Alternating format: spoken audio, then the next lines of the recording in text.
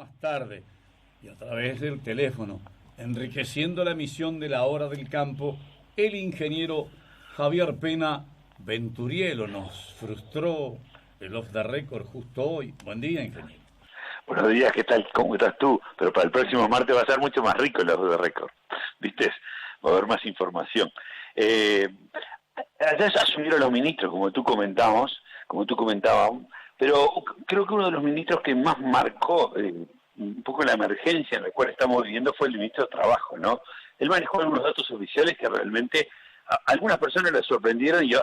a otras nos llamaron poderosamente la atención los números. El primer número más resaltante es que la cantidad de gente que el seguro de paro creció en los últimos 2 meses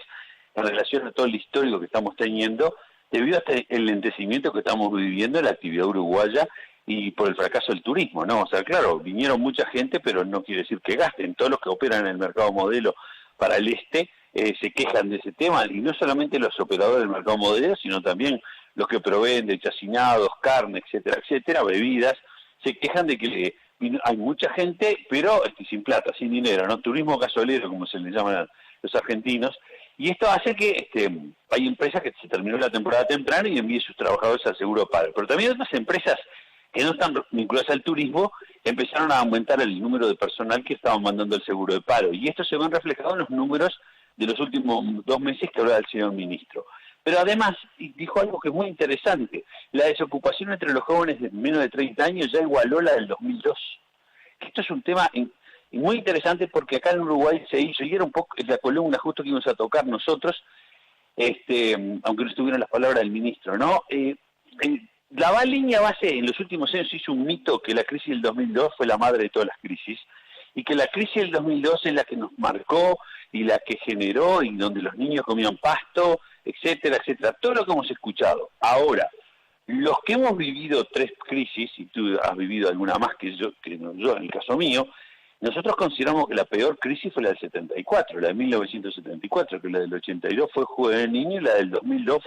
fue dura, pero no fue la del 84. Los que éramos niños en el 84 recordamos lo que fue el Uruguay, la crisis que vivió el Uruguay, y en esto pido a los oyentes que vivieron la del 74, la del 84, y la del 82, perdón, y la del 2002, que se pongan a hacer un acto interno de comparar esas crisis que tuvimos, y vamos a ver que la del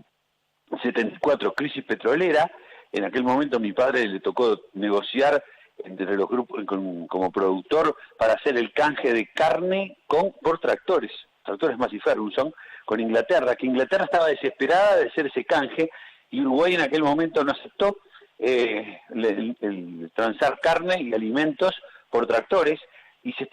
había llegado en el mundo a este sistema, ¿no? Vamos a hacer el trueque, yo te cambio tractores, así sigue trabajando mis fábricas inglesas de tractores, y vos me mandás carne. Uruguay en aquel momento quería dinero, necesitaba dinero, entonces prefería malbaratar el producto a no utilizar este sistema de trueque. Pero fue una crisis muy, muy profunda, y que ningún partido, ningún gobierno después lo tomó como línea base, la del 74. Inclusive la del 82, la famosa la tablita de Arismendi y demás, que ahí se fundieron miles de empresarios uruguayos y de productores agropecuarios, no se tomaba como base, se quedó en un recuerdo. Acá el gobierno saliente ha mitificado que la crisis del 2002 fue la madre de todas las crisis, y en la realidad no ha sido la madre de todas las crisis por todos los números. Cuando uno expande los números y los actualiza al 2002 de la crisis del 74 y la crisis del año 82, en 1982, nos estamos dando cuenta de que la crisis del 2002 no fue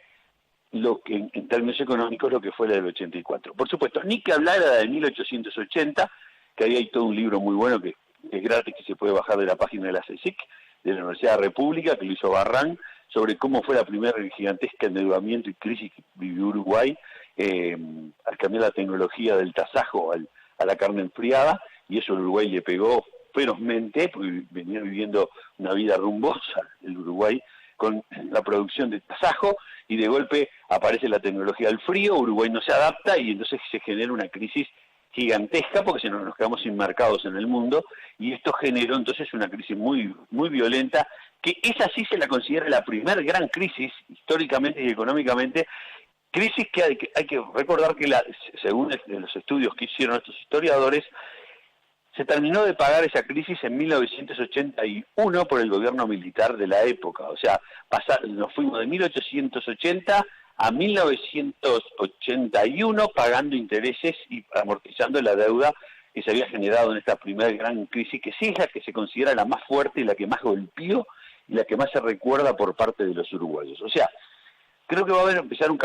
a cambiar un poco este mito que el 2002 fue la madre de todas las crisis y se va a poner en su justo término. Fue una de las crisis que vivimos dura, pero vivimos la del 74 muchísimo más dura. Hay que recordar, para los que no recuerdan lo que es la crisis del 74, de 1974, fue la crisis cuando se forma la OPEP y los árabes